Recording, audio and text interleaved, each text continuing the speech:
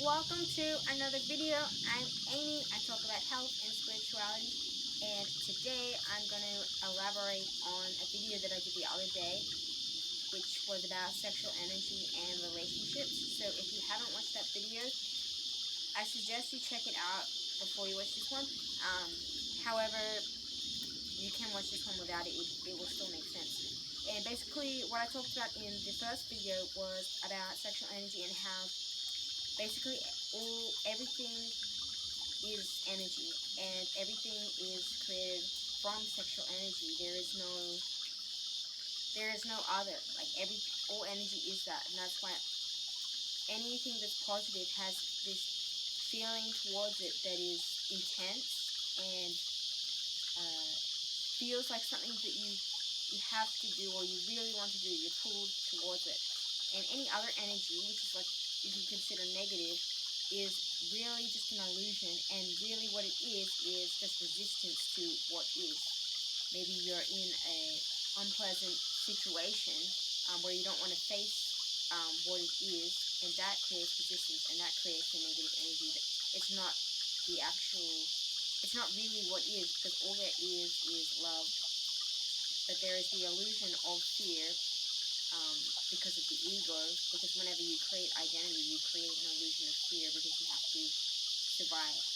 And that's basically what I talked about in that video, and I also talked about relationships as well, and how I relate to people now, and basically how you want to relate to people after going through an awakening, because you'll find that relationships, having any kind of attached relationship, will hold you back. And so what I wanted to do, that video cut off the other day, but it kind of cut off in a good place, so I just left it. But what I wanted to also talk about was the concept of twin flames and soulmates. And why I say concept is really because anything that we talk about really is, in a sense, concepts. Like, the only thing that is truly real is presence, and that's something that can't actually be expressed in words. So yes, the idea of twin flames and soulmates is a concept. Whether it's real or not, that's still what it is, and that's what all the stuff is that pretty much anybody talks about. Doesn't make it false. It makes it relative. Everything is relative within its context. And yes, so basically, what is a soulmate? Like, there's this notion, like within society, and especially within spirituality, but just in society in general, that like there's an idea that everybody has a soulmate. And that's kind of like a romantic idea that you have a soulmate and everybody's got something for them. And that's something that I definitely would say is false, and it's just a romantic fantasy that we have somebody for us. However, in terms of spirituality, it can be said that soulmates are people that, not necessarily intimate relationships, but just people that we have a strong connection with, that we're going to really influence each other and change each other's life. So in that perspective, yes, they may be true in that sense, that we meet people that we have that deep connection with, and we play a certain role in their life, and whether we have a connection with somebody or not, anybody we meet in our life, even if it be a stranger, we only meet them once, we have one conversation, that is still an acquaintance, and that's still, in a sense, an opportunity to change. Any kind of relationship we have gives us that opportunity, and that's basically what soulmates really are, is just anybody, really, when you're sharing an experience. So you could say it in that view, or you could say that soulmates are people that we're meant to be with, kind of, that we're meant to have like ongoing, long-lasting relationships with. So I'm just giving you a few different perspectives here, really. I don't necessarily really believe either, and I'm going to talk about why I don't, why I choose not to, even if they are real. And basically that is because, on a larger sense, Like, everybody really is just another person in your life, whether they are a soulmate or not. That's just how you see it. And putting that label on somebody can expect you to think of how that relationship should go. Because I used to do this a lot, where I thought people may be in my life because we have like some connection and they're supposed to be there. And I do believe that some people are, because I feel that connection with people. However, having that idea in my head really has no purpose. Like, it doesn't really matter whether they are or not. It's just, you can sense whether they are or not. You don't need to have that definition. So I don't think it's useful having any kind of definition, such as a soulmate or a twin flame, even so. And I'm going to talk about twin flames as well. Twin flame basically is more like that one single person that you're meant to be with. But I've heard they're not necessarily romantic. However, they tend to be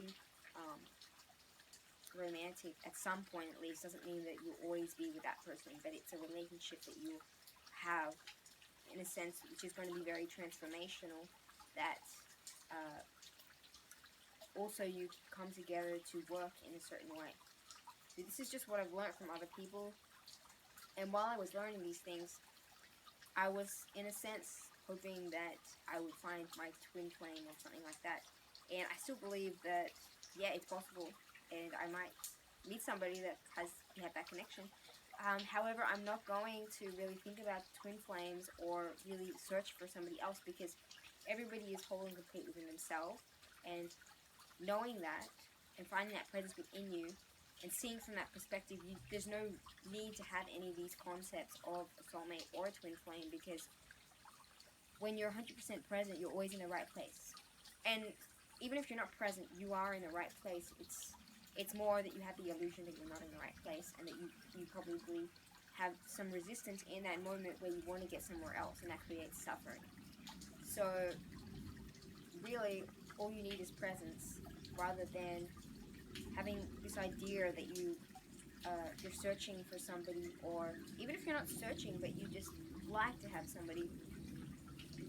I still feel like that idea takes away from the present moment if you have that concept in your head. So this is why I'm talking about it, is because when you let go of that idea, you're just able to be 100% present all the time. And really, that's what all awakening is about, what awareness is about, is just being present 100% all the time. The better you do this, the stronger your energy will be, the more power you have to bring whatever it is you want in your life. You can manifest anything you want, because when you have complete control over your thoughts and behaviors and realize that they are not controlling you, you are able to bring things into your life faster. The reason why, I will do another video on this to elaborate more on manifestation.